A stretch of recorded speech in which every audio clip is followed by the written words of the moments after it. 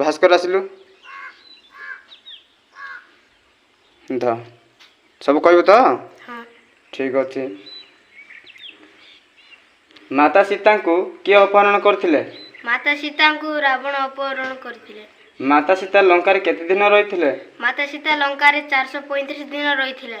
हनुमान को पिता नाम कौन? हनुमान रो पिता नाम केसरी।